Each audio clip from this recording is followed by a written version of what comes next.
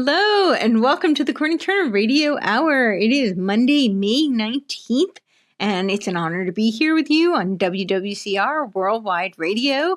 And as always, I will be putting this up on my channel for those of you who want to listen or watch again. So you can check that out at CourtenayTurner.com. I spell my name like Courtenay, so that is CourtenayTurner.com. And that is also where you can find all of my podcasts, all the various articles and platforms that I'm on, and all the great ways that you can support the work I am doing.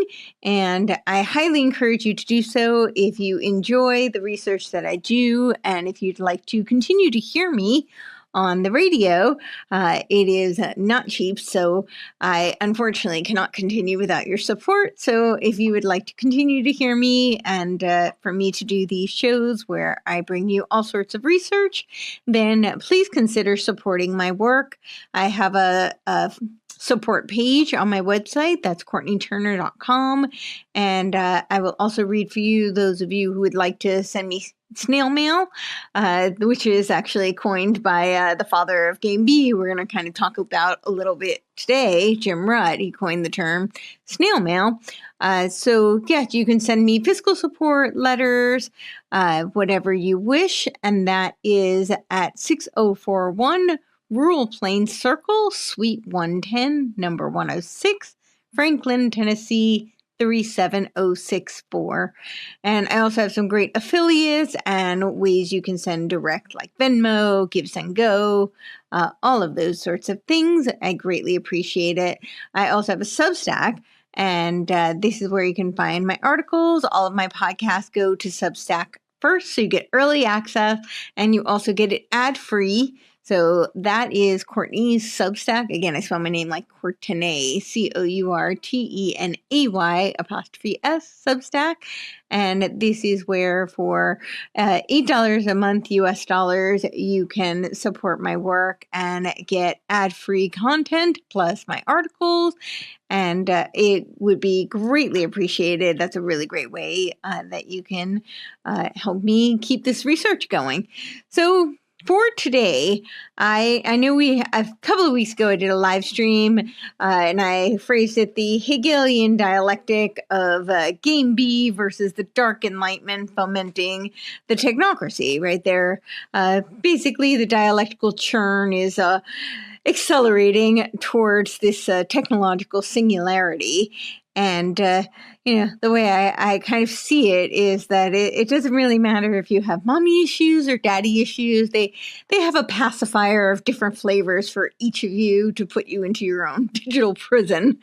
And what I mean by that is that Game B tends to be a little bit more of like the left-hand path. It's really couched in very spiritualist, language. A lot of them are disciples of Barbara Marx Hubbard, although I have talked about this. If you want to know more, definitely go check out my Game B episodes where I dive into this pretty extensively.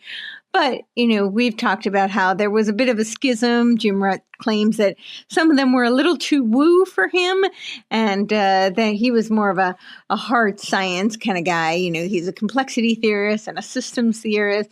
That's his background at the Santa Fe Institute, where he dives into that sort of thing.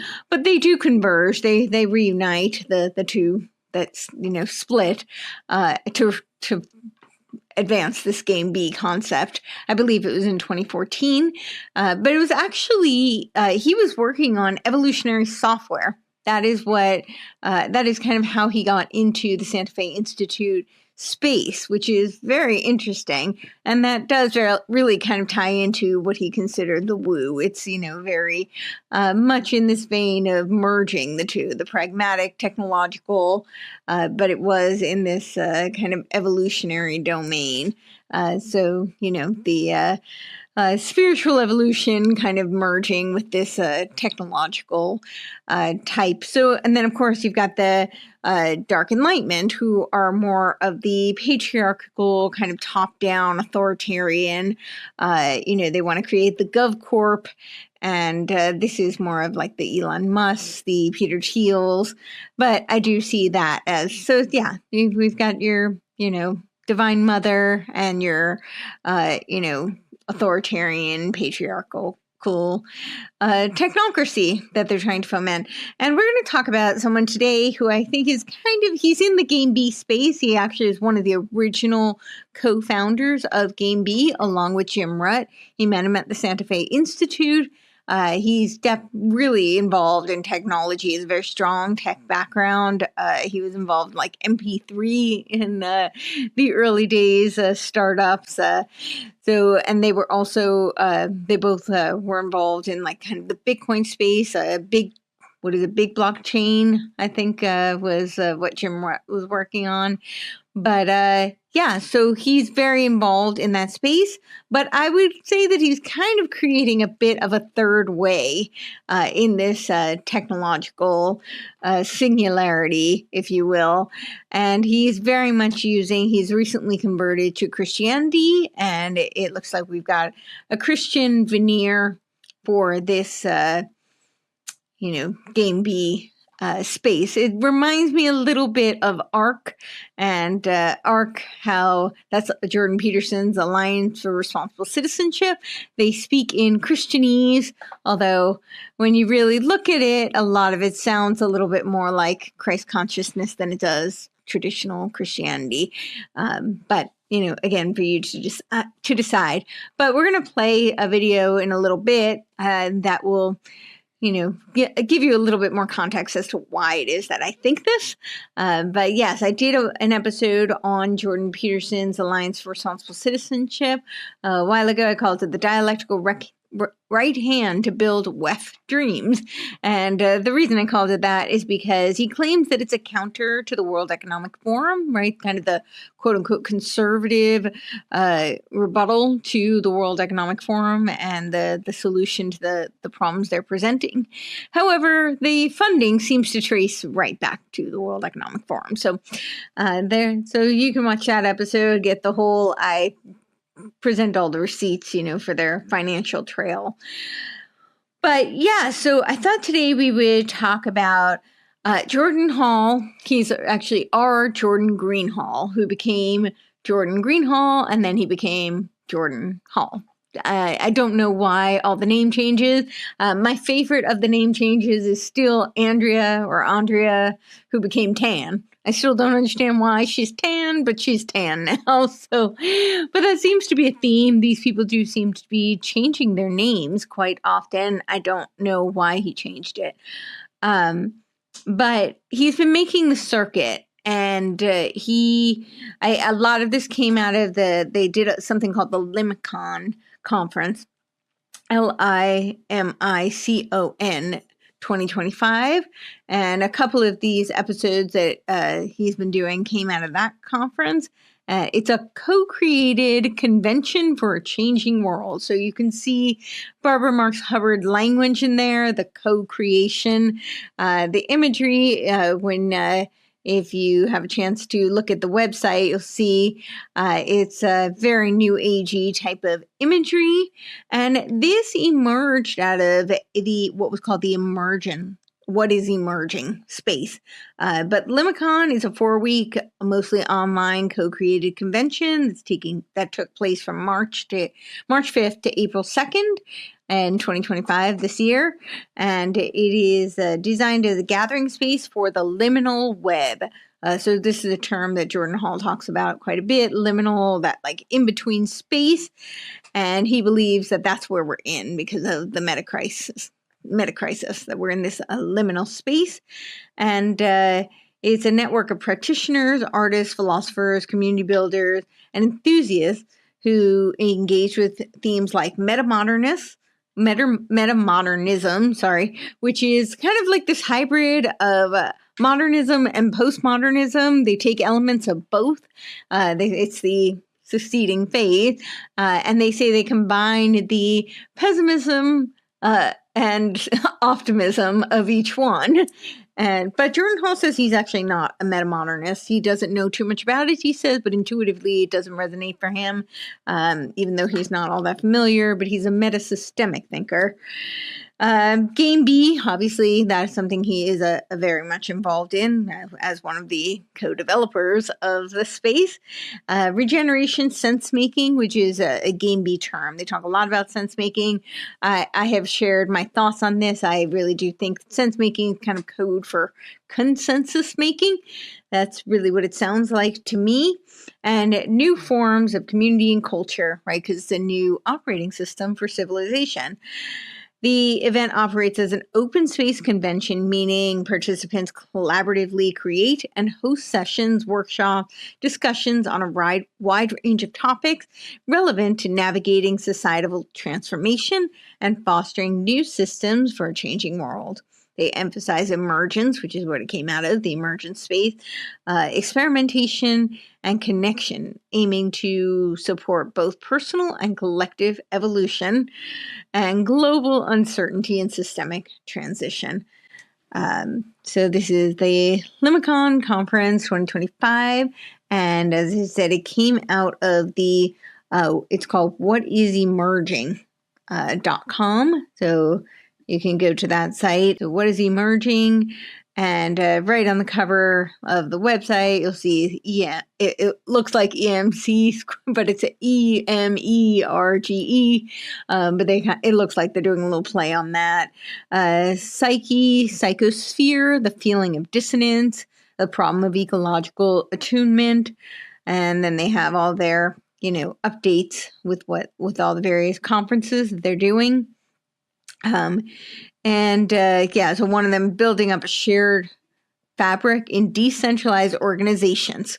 So this is, if you've been following this Game B conversation, they talk a lot about decentralized, right? I think it's decentralized in the way that H.G. Wells talked about. The decentralization of the information institutions would lead to the world brain.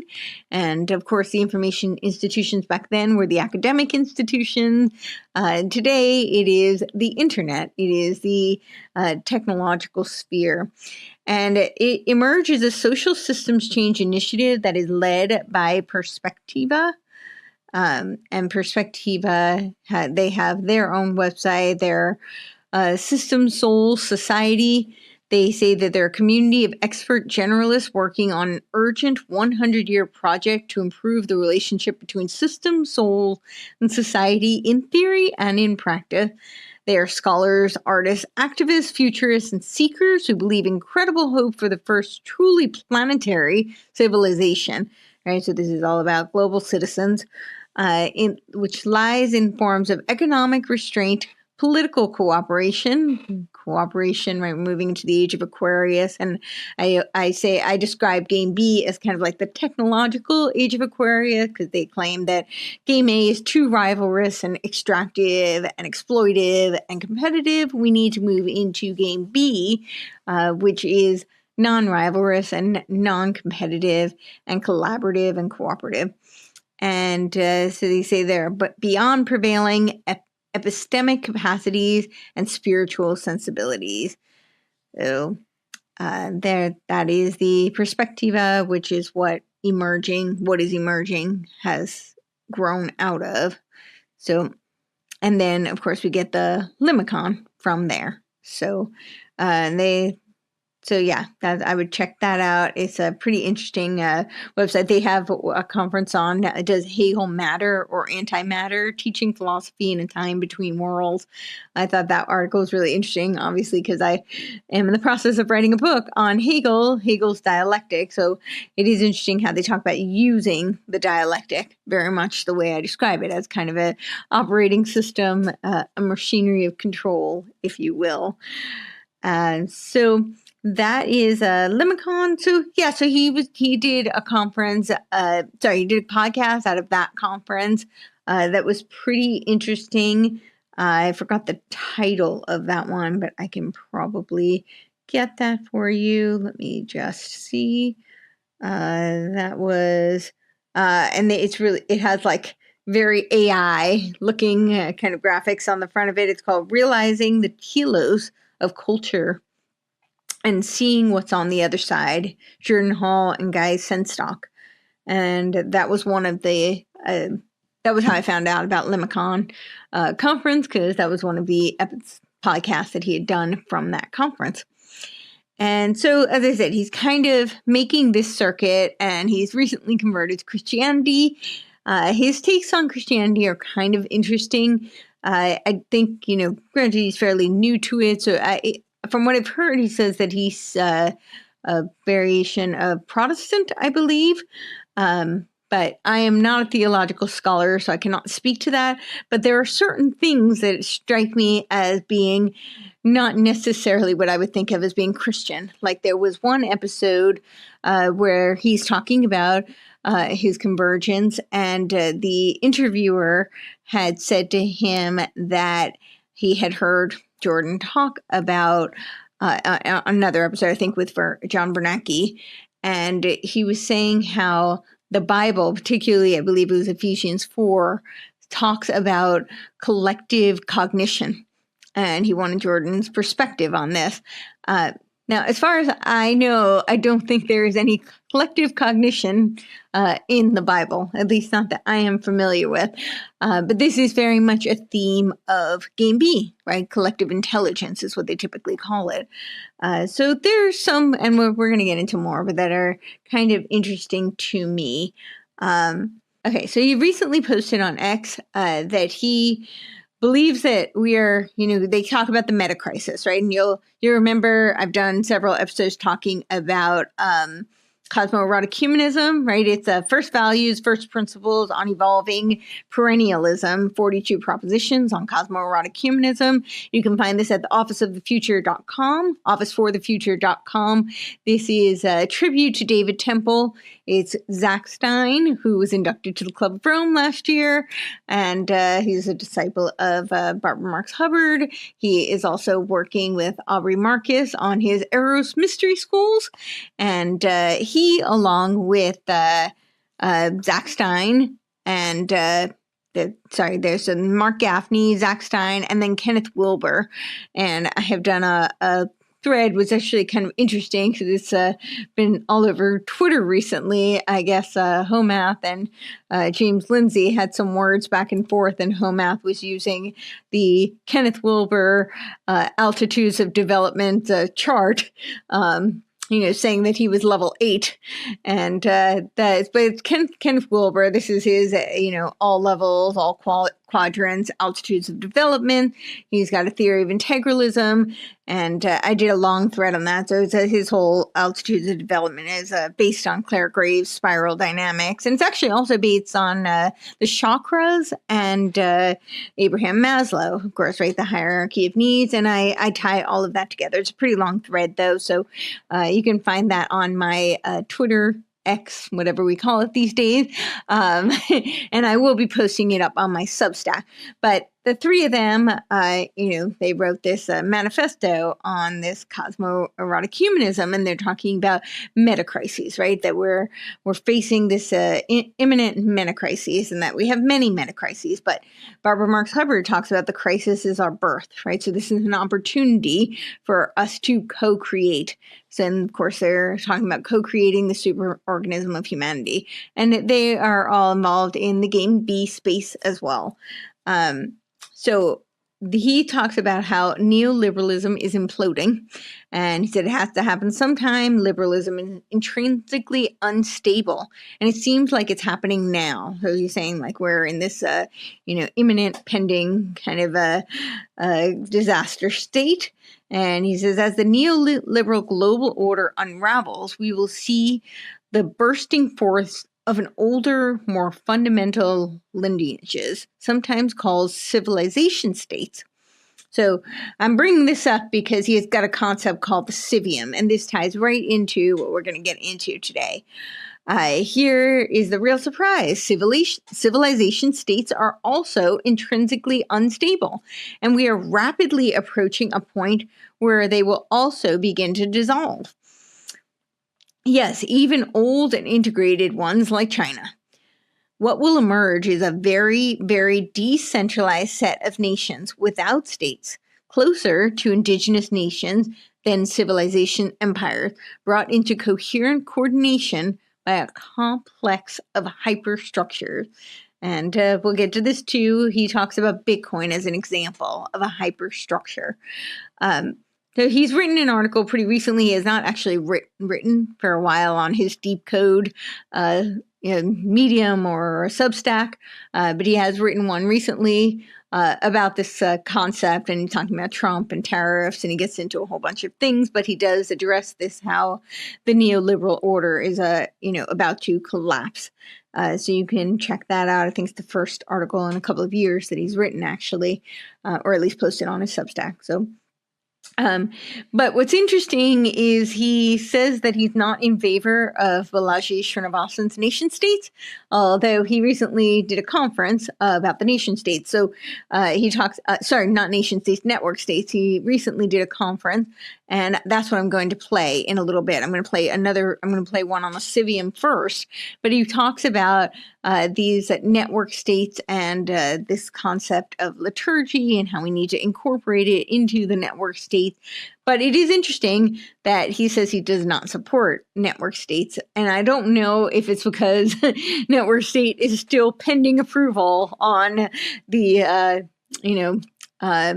Game B is still pending approval on the network state website. I think they, since 2024, it's still pending approval from Balaji Srinivasan. It says so on the website, so you can check that out. I don't know if that's why, but I thought that was interesting. But he says that it's largely because he doesn't understand either Bitcoin or civilization. And I think that if he keeps pursuing network state theory very rigorously, he will get to the same conclusion. This is what Jordan Hall says. He says this in his Twitter conversation. But what's interesting, so you're talking about nations without states. So he does agree with this concept of the network state being the dissolution of geographical nation states, right? He is talking about that. But this is what was interesting. If you go further, he talks about how he sees it as becoming like monasteries, essentially. So he says, self-governing and highly coherent wholes, nations which are made adequately coherent and coordinated by hyperstructure that have nothing to do with gods. And he says Bitcoin is a really good example. And yes, then he says, okay, so he talks about, so when he says Bitcoin, he's talking about Bitcoin as an example of a hyperstructure, but he really advocates proof of work types, which he called Quai is an example of this, proof of work, which he says could be worked into Bitcoin. So he's saying combining the Quai monasteries, essentially. Okay, yeah, he says ideally combining these two into Quai monasteries.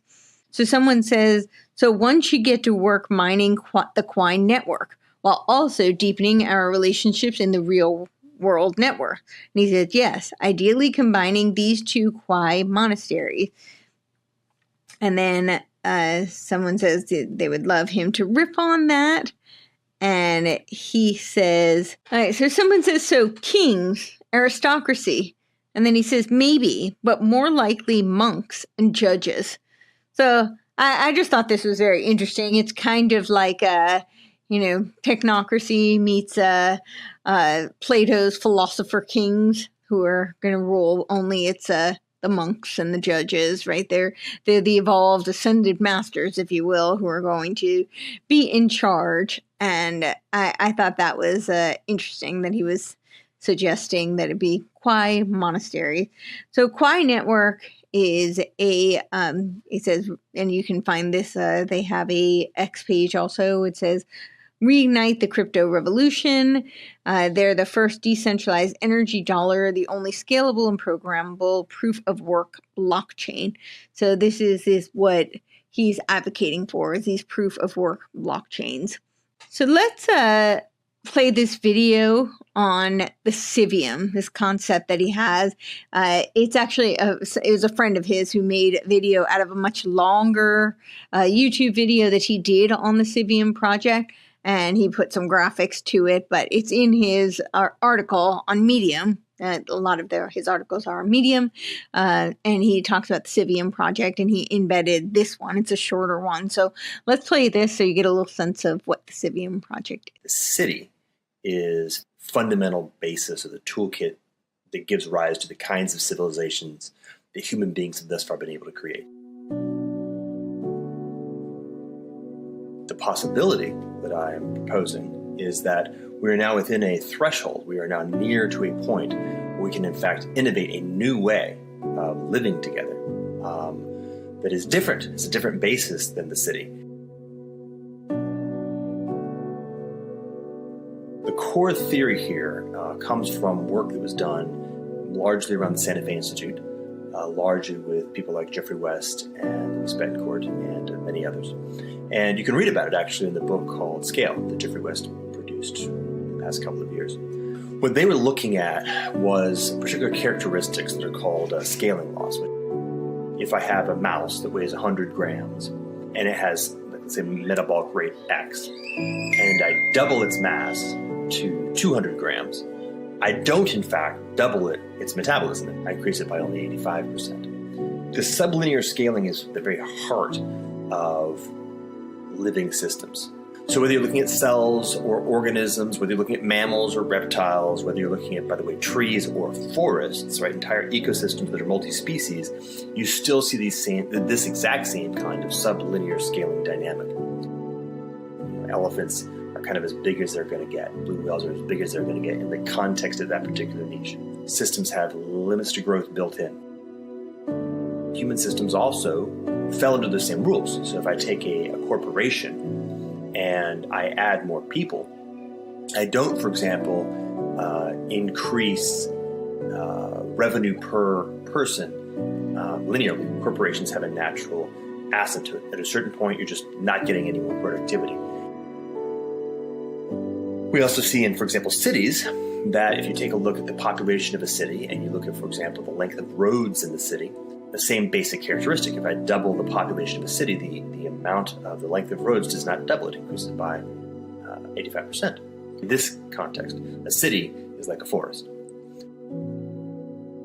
With regard to other characteristics, cities, and only in cities, did they find not a sublinear scaling metric, but a superlinear scaling metric. Everybody makes, let's just say on average, $10,000 a month. If I double the population of the city, now everybody makes $11,500. Now this is a very important thing because it means that if I'm choosing between city A and city B, and city A is a 500,000 person city and city B is a 1 million person city, I will make more money going to city B. Now, of course, what that means is that more likely I will choose the biggest city, which means the biggest city is going to tend to get bigger. Cities are to people like stars are to atoms. It's a gravitational attractor to pack as many people as possible into the city, because if you increase the population, then you increase things like wealth and, by the way, also innovation. And it's facing the repulsor of, for example, constraints around there's only so many people you can pack into a particular piece of space. There's only so much food you can produce in the city. If you're producing the food out of the city, you've got transportation and also moving waste out of the city as constraints. And so what we see is a kind of a seeking on the part of cities to maximally use the technology that is available to them to overcome the limitations or the constraints of physical bodies, to pack as many human beings as possible into cities, to thereby get this superlinear growth in wealth and innovation and other characteristics. And then effectively running into the limits of that. The entire population of a region is composed of the city and its support infrastructure, which means that it's becoming fragile. Logistics gets as intense as it can. Food distribution gets as intense as it can. Water distribution gets as intense as it can. Crime and disease also tend to increase super linearly, so you have to build techniques to try to reduce that vis-a-vis innovation. Like innovation and wealth are fighting against crime and disease. And so minor perturbation, and boom, you get a collapse. And then that collapse creates a collapse of the entire civilization. I would propose that the collapse of the Roman Empire was, in some very distinct sense, the actual collapse of the city of Rome, and everything else was support infrastructure. The key idea here is city attraction, repulsion dynamic. Until now. If you think about it, the core attractor is actually not the city. The real driver of the superlinear scaling metric is minds in relationship. Distinct intelligences interacting through some mechanism. Things like this medium, and more importantly, things like video conferences, and I strongly suspect the next wave of virtual reality, have enough possibility of relationship in the virtual that we can in fact decouple the attractor and the repulsor. If we can render unto the virtual what is best done in the virtual, and render into the physical what is best done in the physical, and then bring those back into proper relationship, we can change the whole game. Creative, generative collaboration in the virtual. And now here we can in fact have a single city. One place where all minds, at least in principle, can be in right relationship with each other. They can communicate, they can interrelate. No longer constrained in the same way by physicality. Now, by the way, this implies that we should get significant increases in wealth and innovation. On the other side, now the bodies can be returned to humanness, to a more humane way of living.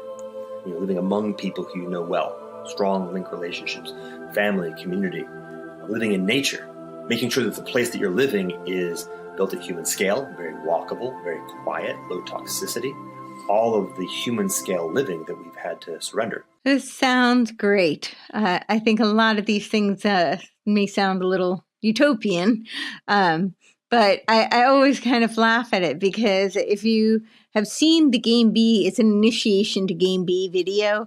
They talk about how, the beginning of the film when they set it up is very much like this kind of Neoplatonic, kind of pagan, tribal type of society. And there's a very strong romanticization of the indigenous culture, indigenous population, which I also thought was interesting in his thread about, the monastery, the monks, right? That it does they always tend to kind of glorify that type of way of life, that type of person. And then you get to, of course, what we're now, this Game A, right? This rivalrous, very exploitative, extractive kind of, competitive type of environment that they call Game A, which they claim is, about to have a meta crisis, and it's unsustainable. And then of course Game B, which doesn't exist yet, but that this is what the vision is, and they're saying that we can co-create the Game B, right? But I think it's interesting because in Game B, even in the film, they talk about how you're going to have the technology from Game A. So somehow that's not extracting from Game A, it's not exploitative, but that is exactly what he actually talked about in the Civium Project, right? He's talking about taking the technology, the virtual reality, and creating these network states, although he doesn't love that term, right? He sees a different vision than maybe Balaji Srinivasan, right? He wants to go further, is what he said in his tweet, than where he did, but it's still this concept of it's the minds who are connecting, right? That's in the digital realm, and that's going to replace the city, but it is going to have the same extractive capacity where he claims that's what builds the progress and the prosperity, was these minds connecting, and now we can do that through the digital realm. So that's what the Civium is, essentially. And on the Game B Wiki page, he talks about transitioning from the city to the Civium. And then, of course, then you'll have this hyper-localization that he's showing in that video where he... and that was in his Medium article, somebody else did that, but it's part of a longer video that he did where he's just talking from the camera, but his friend put graphics to it. But he did a great job with it. I think it's Jacob Simek, I think is who did that video. But he talks about a couple of things in this Game B Wiki, which I think is also part of his Medium article. It has a link to that as well. He talks about the Fourth Industrial Revolution, which is really at hand. Of course, I've done a couple of videos on this. They actually say we're already in the 5th industrial revolution, and they've laid out the 6th and the 7th, Industry 6.0, Industry 7.0, but the 4th industrial revolution. But he said that the WEF, the WEF, World Economic Forum, is completely wrong. They are correct in recognizing that there's a massive technological wave that's sweeping across our economic landscape, but they made the mistake of thinking that the city and its nature is an invariant. As a result, they have found themselves imagining the 15-minute cities of the future.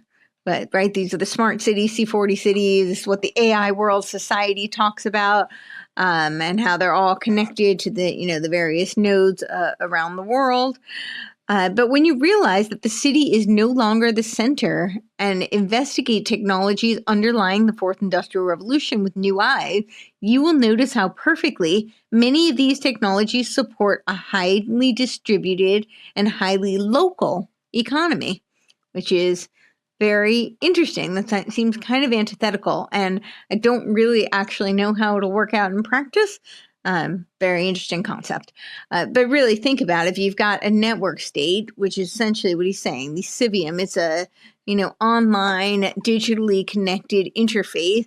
You're going to need some sort of digital ID. He talks about that too, the digital IDs. He has different, blockchain kind of visions for it. But it's still digital ID. He says that's, kind of inevitable. We're going to need that. So you're going to have that. I'm not really sure how you're going to avoid all of these, kind of like social credit types of metrics. And I don't really know how you avoid the communitarian kind of aspect of it. He seems to be advocating for the peer-to-peer, the Holland chains, right? That's the Kessler term, the ghost in the machine, where the sub and the parts, that there's neither. You're a part of the whole kind of analogy.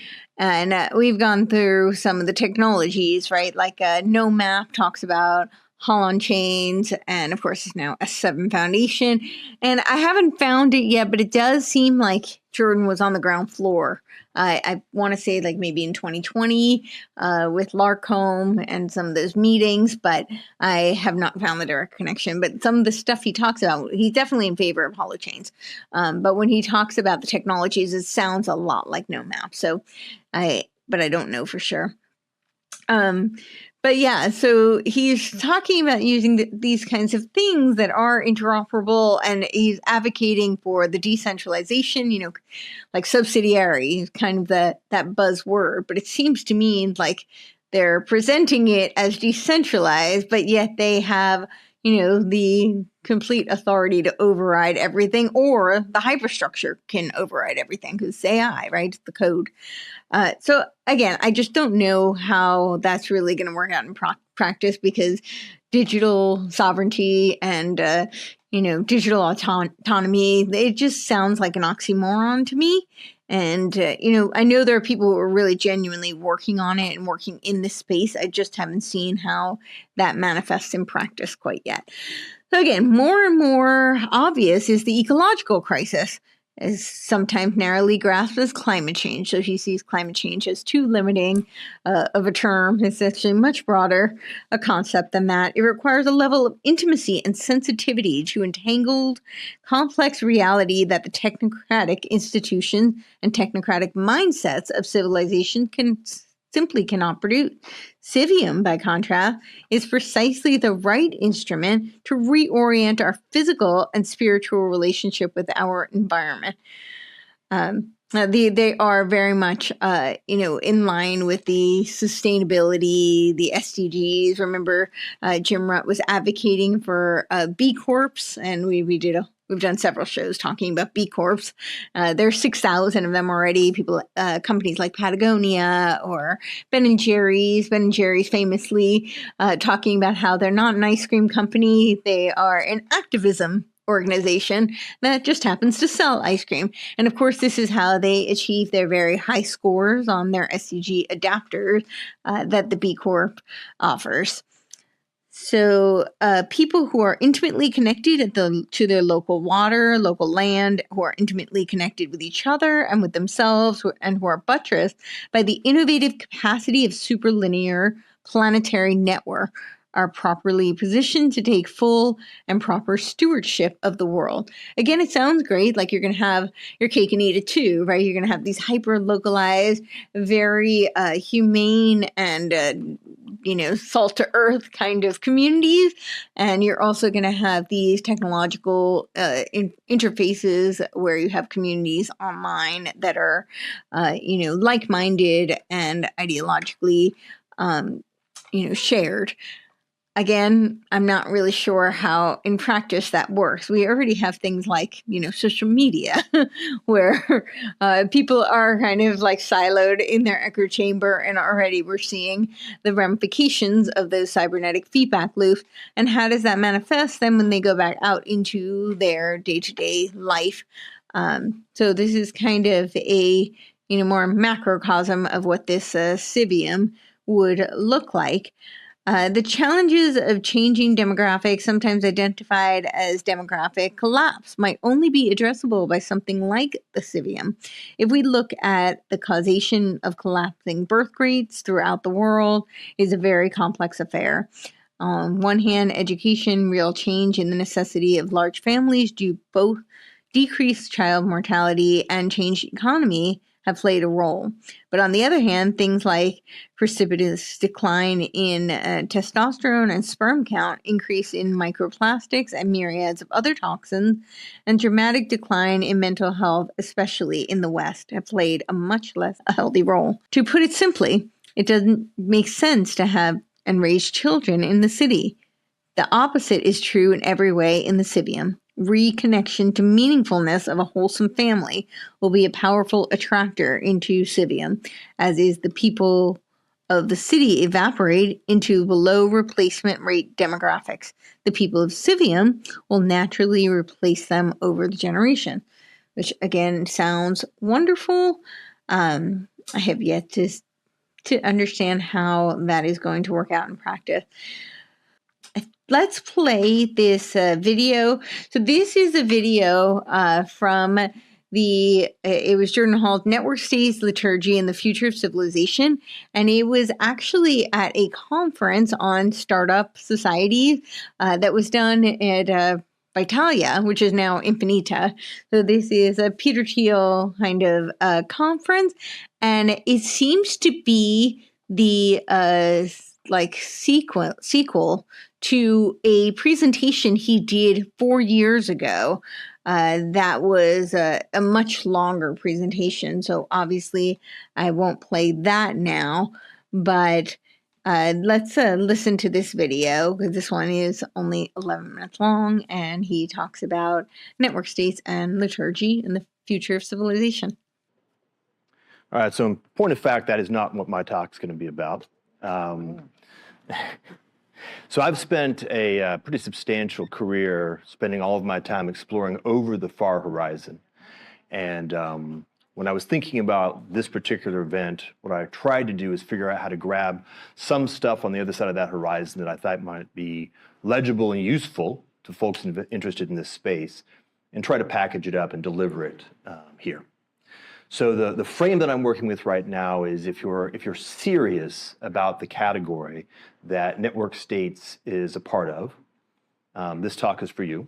And what I'm going to try to do is bring in concepts that are not, I think, currently very mainstream, but I think are important, perhaps even necessary, and that are about 2 to 7 years in the future from where Balaji is currently setting his focal point.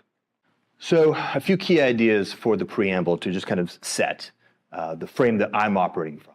So the big picture here is that for a wide variety of different reasons, we are actually in the middle of what is known as a major historical transition, at least at the order of magnitude of the one that moved us from the medieval age to the modern era that we've been part of for the past half a millennium.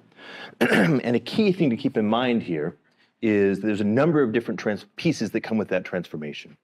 One is that the institutions that we've been living with for the past 500 years, certainly for the past 100 years, are strictly incapable of actually navigating this transition on their own.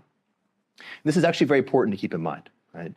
By hypothesis, what this model tells us is that we don't really even have to worry that much about the FDA because they are in the process of being chewed up by the fact that they can't actually deal with the environment that they're trying to navigate. That doesn't mean that we aren't lifted up from trying to build, what was it called? FD-DAO. But it puts a little bit more intensity behind it. We are actually facing a situation where we have to build these new institutions, and the old institutions are going away, unfortunately, rather rapidly.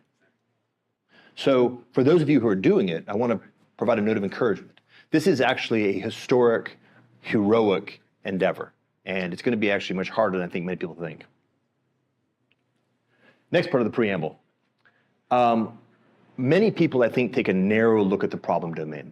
They focus on the piece of it that is in front of them. In fact, in this world, it's typically an engineering problem, or sometimes a technical engineering problem.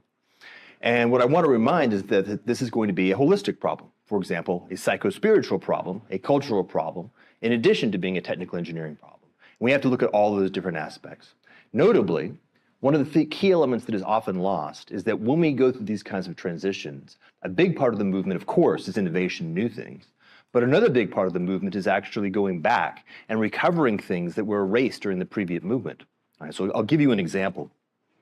We typically these days operate with a false dichotomy between the market and the state, and we try to partition functions between them and sometimes in relationship with them.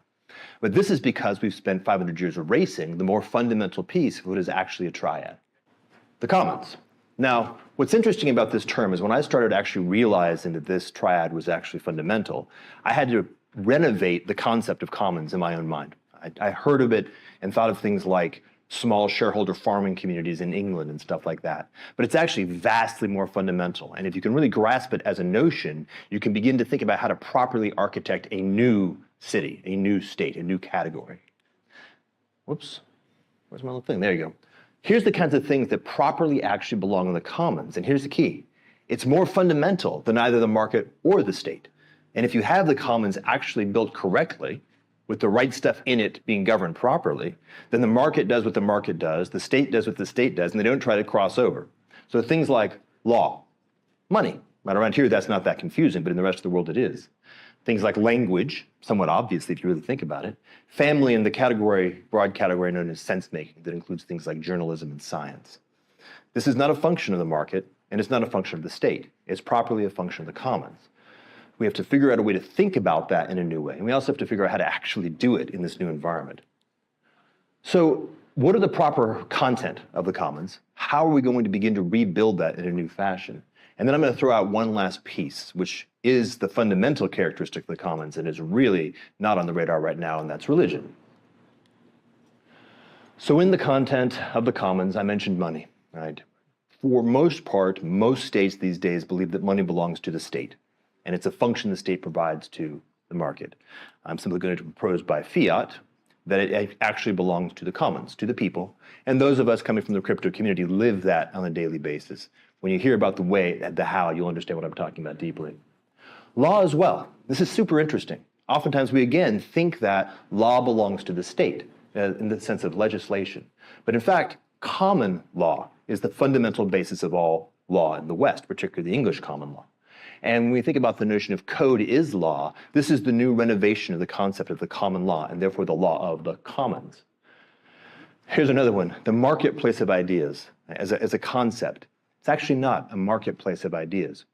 It's a sense-making commons, where we actually collectively give our perceptions and our best understanding of reality into a commons pool from which we can all pull out, and then at the edge, we can engage in innovation and new science. And then we'll talk about more later about things like culture, family, community, and education. But notice how important that last bullet point is. If you're actually serious about this notion of network state, of new cities, if you can't build families, if you can't cultivate a real, vital, lived culture that can engage in intergenerational transmission, then you're just a tourist or a parasite on the existing system. And you can be a parasite on the existing system for a little while, but if I'm right, it's going away. So you probably ought to build good stuff. Whoops. So how? This one, hyperstructures, I hope is common currency here. If it's not, it needs to be. It's a fundamental category. It actually belongs in the realm of the commons. And think about Bitcoin. Once it's built, it replaces the notion of bureaucracy. Bureaucracy is a way that we build institutions in the old slow AI modality, where we convert human beings into mediocre machines. Remember, the word computer meant a person who could do math quickly. And then we plug them into processes like a bunch of cogs. The problem with those kinds of bureaucratic institutions is they still have humans with human intents, desires, greed, political preferences inside of them. Hyperstructures, once they're designed, they just do what they do. They're just tools.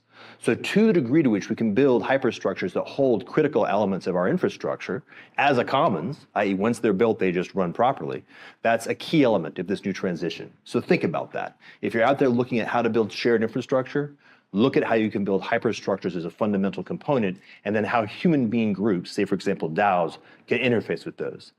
Primavera, if she's here, she's got some really good ideas about this. All right, two more that are big. New norms. Commons are often actually built by human relationships and how human beings interact with each other. Obviously, we're not going to be at the virtual level knowing each other well, which is where this whole new layer of ways of virtualizing reputation and relationships starts to become the key lever. So this is where things like soul-bound tokens will be part of the infrastructure. I expect that somewhere in that 2 to 3 year time frame, we will find that this is actually woven in deeply of how we do things. And then the other side of the equation, which here it's really nice. Like in most crypto environments, we don't think about the human piece, but things like radical subsidiarity and rebuilding localism, which is to say, render unto the human what is human and render unto the virtual what is virtual. I will propose as a hypothesis that under the liberation of these new virtual technologies, humans will actually begin to migrate away from high-density urban environments because they no longer need to be there to participate in generative activity. But the question is, how do we get them into places where they can actually tap into authentic humanness and be able to actually rebuild stuff that we left behind thousands of years ago, and certainly hundreds of years ago? Localism is a technique for that, right? How do we actually reorient supply chains so that people are depending on each other and at a scale where the human heart and the human mind can actually really map to what they're actually dealing with? So as an example, I was talking to some folks at a documentary that in principle, I care about Rio de Janeiro. I've never been there. So it's really just virtue signaling to my own mind that I actually have that degree of empathy. It's super lightweight. In practice, I really do care about the town that I live in a very material way, and I have adequate agency to deal with it properly. And so that's the other side of the equation, the virtual and the physical. And ideally, we move the physical as local and human scale as possible. And then finally, religion. I really feel like I need to bring that to the foreground because it's been so radically backgrounded, particularly in realms where people are operating in a highly technological modality. The modern world thought we could do without it. And the reality is that we've been actually eating the seed corn of religion now for 500 years, and the seed corn's just about gone. And a big part of the reason why our culture is disintegrating is because we've hollowed out this fundamental characteristic. So what do I mean by that? Of course, remember I said that the concept of the commons is confusing. We think of it as farmland, when in fact it's things like language and math and money. Same thing with religion. Like we've really lost track of what this concept actually means. So as a provisional, the cultivation of values, which is both the recognition of what our values are and how they relate to each other in a proper fashion. And then practices that cause us to actually live those values as individuals and as communities. Now, if you think that through, obviously you're not going to be building anything vaguely like a society. I mean, you probably can't even build a club without doing that properly. But this is really hard and really important. And here's a big piece of where the stuff that came from the past is almost certainly necessary for us to actually do it in the future. I assure you, from first-person experience, if you think we hominids can reinvent these things that are thousands of years old over the next 10 or 15 years, just because we're really smart, you're going to have a hard day. And let me throw one last concept in because I love it. It's the new hotness for me. The concept is called liturgy. I just learned it in the last 6 or 7 months. The cognitive, bodily, totalizing act that steadily increases communion instead of cutting it. Right? These are really powerful, and many religions actually have liturgy woven in at their very, very center. What I propose is that we should be foregrounding these kinds of concepts. We should be engaging in liturgical lives as the key element of these new states. Not secondary, not tertiary. It's not money, it's not economics, it's not even longevity. It's liturgy. That's the centerpiece of any possible thing that human beings will care about enough that they'll be willing to give the lives of their children and their grandchildren to it, which, going back to the beginning, if you're actually serious about this, and not just play acting or having a good time in your 20s and 30s, that's what the answer has to look like. There's so much to unpack in all of that. But we are running out of time. So there's just a couple of things I really want to drive home. The hyperstructure, of course, the subsidiarity, right? This is where all decisions are going to, they claim it's decentralized, right? But all decisions are going to be overridden by AI, essentially, is what it's saying. So that's really important. Smart contracts come into play, this kind of thing. And he talks about the DAO, decentralized autonomous organization. Then you talked about the heart and mind coherence, right? The heart-brain coherence of the localization. And what comes to mind for me is like the heart math, right? The brain and heart coherence this is Barbara Marx Hubbard's project. We've talked about this quite a bit. And then the third way of communitarianism through the veneer of Christ consciousness. That's really what it sounds like to me. This idea of liturgy being this cognitive, bodily, totalizing act that steadily increases communion. But of course, he's talking about using technology. I don't know how this is commensurate at all, but that it does really sound like this is kind of the third way. You've got both sides, the kind of more spiritualist kind of, game B type of proponents, and then you've got the more authoritarian type of GovCorp, dark enlightenment. And now we've got this kind of in between. It's like the pragmatic technological monastery that is going to be the third way. And the one that he did 4 years ago at these startup cities with Prospera, and you saw Vitalia, is actually now called Infinita. This is Peter Thiel's, Bitcoin companies. That's where these conferences were. But the one he did 4 years ago was called Game B startups. So that was the concept of applying Game B to these network state type of concepts.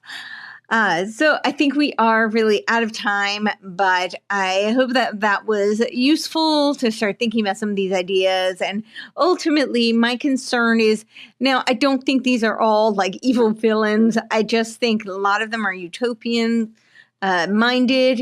They're trying to come up with the ideal solutions, but unfortunately utopia means nowhere and usually dissolves into dystopia.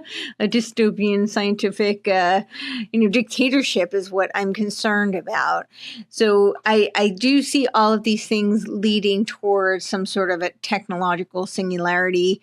They're all talking about using technology that is interoperable, that has some sort of, even when they say decentralized, it has some sort of a central locus, and that is where things could potentially become quite tyrannical and totalitarian. So this is my concern. I think just if we are aware of some of these things, maybe we won't be bamboozled, and some of these terms that sound like Christianese might be a little bit more Christ consciousness, which is not. So if you enjoyed this and you want to hear from me again, then please head on over to CourtenayTurner.com, CourtenayTurner.com. And that is where you can find all of my shows, all of the various platforms and social media that I'm on, my contact page, and of course, the ways that you can support my work. I highly encourage you to become a paid member of my Substack. This is where you get early access and ad-free content, and you can find all my articles there. And my website has a support page. So as always, thank you so much. It's an honor to be here with you.